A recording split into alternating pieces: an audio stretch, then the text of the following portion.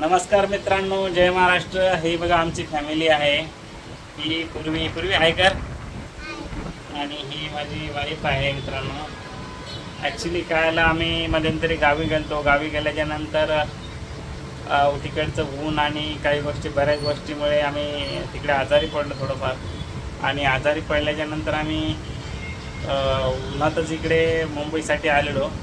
आणि तेव्हा इकडे आल्याच्यानंतर ॲक्च्युली हे दोघं पण आजारी पडले होते. दिदी पण खूप ताप आला दिदीला, 4-5 दिवस झाले. आणि तिची मम्मी पण आजारी पडली होती.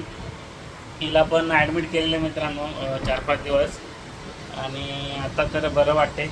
सलाईन लागतं हे मित्रांनो, सलाईन घेतली होते. आणि या हाताला पण सलाईन घेतली होते 4-5. तर माझी सर्व मित्रांना विनंती आहे, सर्व माझ्या फॉलोअरना विनंती आहे की जरा ऊन जास्ती तपत चाललेलं आहे, थोडी काळजी घ्या. आणि शक्यतो पाणी जास्ती पिया. एनर्जल वगैरे, ग्लुकोन-डी वगैरे पाणी पिया. निंबू पाणीचा उपयोग जास्ती करा. कारण हा व्हिडिओ टाकण्याचं एकमेव कारण आहे की जेव्हा आम्हाला अनुभव आलेला आहे त्या संदर्भातच बोलतो आहे. कारण आम्ही थोड्या गोष्टी इग्नोर केल्या त्या. तुम्हाला जर खरंच ॲक्च्युली ताप वगैरे येत असेल, नॉर्मल काय वाटत असेल तर लगेच दवाखान्यात जा आणि अंगावर काढू नका. आम्हाला वाटलं नॉर्मल असेल काय असेल, आम्ही दुर्लक्ष केलं. परंतु पोरींना पण खूप ताप आली होती आणि मिसेसला पण खूप ताप वगैरे बाकीच्या गोष्टी आल्या. तर माझी सर्वांना विनंती आहे, जरा ऊन जास्ती पडत आहे, काही ठिकाणी पाऊस पण पडत आहे. आता पाऊस पण थोडा पडेल आणि पाऊस ऊन हे दोन्ही गोष्टी येतील. त्याच्यामुळे सर्वात जास्ती आजारी पडायचे चान्सेस आता या काही दिवसात आहेत. तर माझी सर्वांना विनंती आहे, पहिला पाऊस पडल्याच्यानंतर शक्यतो गरम पाणी पिया, फिल्टरचं पाणी पिया आणि काळजी घ्या. ऊन आणि पाऊस हे दोन्ही गोष्टी एकत्र येणार आहेत. कारण हा काय सीझन नाही. बऱ्याच ठिकाणी गारा पडलेल्या मराठवाड्यात, विदर्भात बऱ्याच ठिकाणी गारा पाऊस चालू आहे. तर यामुळे काय होणार आहे मित्रांनो की पाऊस पडल्याच्या नंतर परत पाऊस जमिनीला ॲक्च्युली पाहिजे तसं पाणी भेटणार नाही आहे. त्याच्यामुळे उष्णता जास्तच वाढत झाली आणि आजारी पडण्याचे चान्सेस खूप जास्ती असतात. त्याच्यामुळे थोडी काळजी घ्या आणि शक्यतो पाणी चांगलं पिया. अंगावर काढू नका, माझं एकच विनंती आहे. थोडंफार तुम्हाला काही त्रास वाटला असेल तर लगेच डॉक्टरकडे जा, गोळ्या घ्या, दवा घ्या.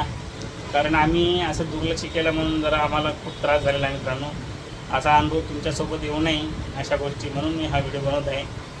आणि उन्हाची थोडीफार घ्या. शक्यतो निंबू पाणी, ग्लुकोन-डी काय जास्त एनर्जल वगैरे हे पिया. थंड पाणी जास्त पिऊ नका. उन्हातून जर आला असाल तुम्ही आणि घरी आल्याला आपण डायरेक्ट कसं थंड पाणी पितो, थंड पाणी बिलकुल पिऊ नका उन्हातून आल्याला. यामुळे अटॅक येण्याचे, हार्ट अटॅक येण्याचे खूप चान्सेस जास्त असतात. आपण जेव्हा उन्हातून बाहेरून येतो, खूप येतून आपल्याला तहान लागते, कसं सुटते, आपल्या वाटते का पाणी पिऊ असं, म्हणजे जीव पाणी पिलेलं जाते.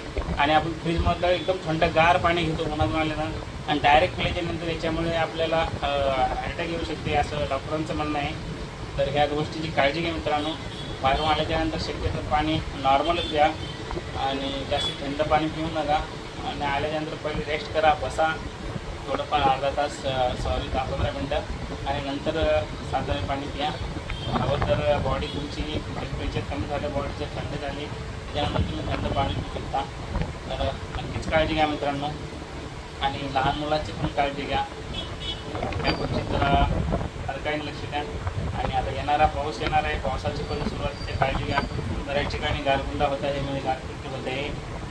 गाडीचे पण लहान लेकरावर काळजी घ्या, आपल्या पशुप्राण्याची काळजी घ्या, आपली स्वतःची पण काळजी घ्या. आणि शक्यतो बाहेर साधं असेल तर बाहेर पडू नका, सर्वांना विनंती आहे. आणि चला